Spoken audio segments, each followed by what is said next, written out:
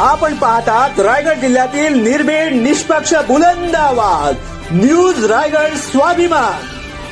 महाराष्ट्राचे लाडके मुख्यमंत्री एकनाथजी शिंदे साहेब यांच्या अभिष्ट चिंतन सोहळ्याप्रित्यर्थ रोहा शिवसेनेकडून दिवसभरासाठी भरीव सामाजिक कार्यक्रमाचे नियोजन।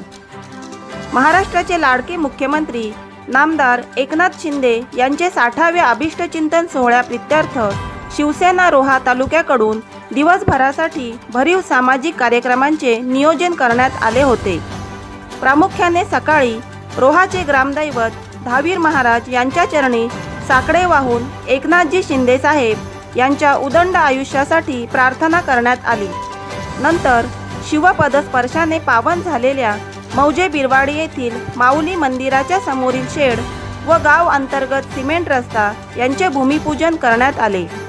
त्याचबरोबर सकाळी ठीक 10 वाजता न्हावे क्रीडा संकुल येथे भगवा चषक क्रिकेट स्पर्धेचे शिवसेना तालुका प्रमुख ॲडव्होकेट मनोज कुमार शिंदे यांच्या हस्ते उद्घाटन करण्यात आले। त्यानंतर उपजिल्हा रुग्णालय रोहा येथील रुग्णांना सुदृढ आरोग्यासाठी फळे वाटप करण्यात आली। या वेळेला शिवसेना कार्यकारिणी महिला पदाधिकारी यांची उपस्थिती वाखाणण्याजोगी होती। त्याचबरोबर मुले ही देशाचे भावी आधारस्तंभ आहेत, हे उद्दिष्ट डोळ्यासमोर ठेवून कोएसो विद्यालय मेढा येथे शाळेतील मुलांसाठी वह्या वाटप कार्यक्रम करण्यात आला। सरते शेवटी नागोठणा येथे सीएम चषक स्पर्धेचे उद्घाटन देखील करण्यात आले।